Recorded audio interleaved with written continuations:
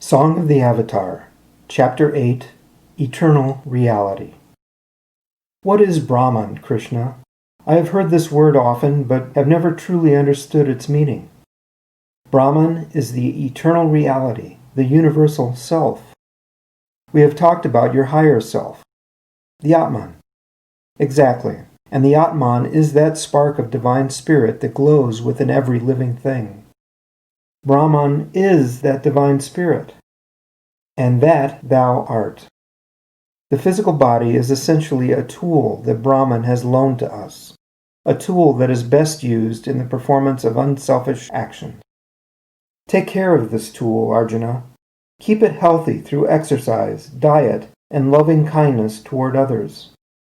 But always try to remember that you are not this tool. Neti, neti, neti. You are not the body. And at the end of your life, this body will become part of Brahman's cosmic recycling plan. Whoa, that's deep. The desire that you hold in your consciousness at the moment of death is what will shape your next incarnation. If it is the love of divine spirit, then you and spirit will be united when you transition from this world to the next.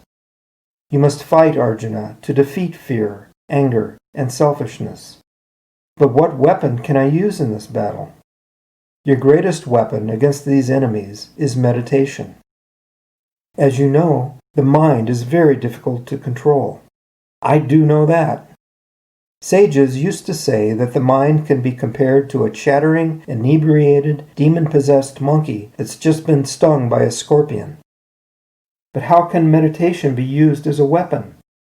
By helping you to focus your mind so that you control it, rather than it controlling you. All of the poetic beauty of life reflects the eternal reality of Brahman.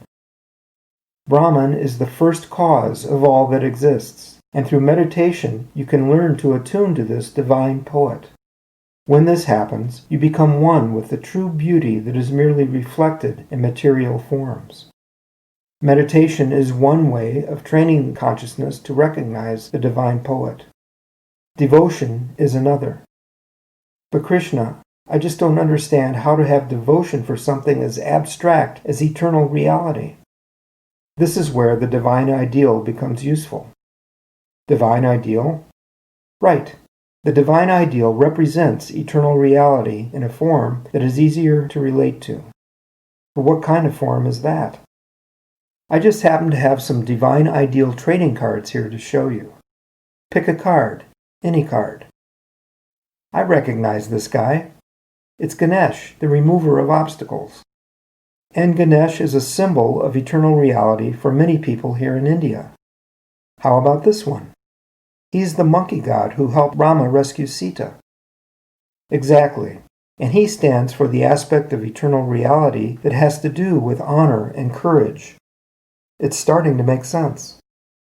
And do you recognize her? Ah yes, the goddess of music and beauty. Here's another one you might know. The god of the yogis and the conqueror of death. Excellent. Here's one you probably don't know. You're right, I've never heard of him. That's because he won't be born for about 3,200 years, but he will be the divine ideal for millions of people in the future.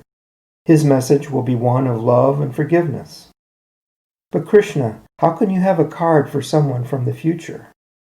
Because this is what some people might call a magic deck of cards. Jesus isn't the only divine ideal from the future. There are also cards for the Buddha, Kuan Yin, Babaji, and more. Where'd you get this magic deck of cards? Let's just say I have connections. So you're suggesting that I choose a divine ideal in order to practice devotion. Yes, and to use as something positive to attune your consciousness to in meditation. Hopefully, that attunement will carry over into your daily life. The love and devotion that you offer to your divine ideal will help you at the moment of death. How can that help, Krishna? A devotional attitude will calm the mind. And if the mind is calm when the body dies, there will be no disruption of consciousness. If you use meditation and devotion to train your mind to let go of desire and anger, When the time comes, your consciousness will separate from the body as easily as a dead leaf falls from the branch of a tree. When death approaches, the body wants to cling to life, and the mind will agonize over the process of the senses shutting down their functions. The clinging and agony can be avoided if you start now to fill your mind with the love of your divine ideal. And the mantra of your divine ideal's name, repeated over and over, will establish that name in your consciousness. Once the seed of the holy name has taken root, your heart and mind will be absorbed in it, and there will be no more agonized clinging to life. There will be no fear of death.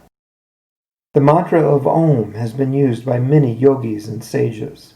It is the seed of the holy name of Brahman. In deep meditation, the sound of Om may be heard internally. Mystics have called this sound the vibration of the cosmos. Om fills the consciousness of these mystics, superseding the noise of mortal terror upon the arrival of death. For these mystical yogis and sages, the transition of death has been well rehearsed in that deep stage of meditation called Samadhi, where consciousness is taught to detach from the senses and their perceptions of the physical world. Those who make the final separation from the body with their consciousness intact have attained the supreme goal.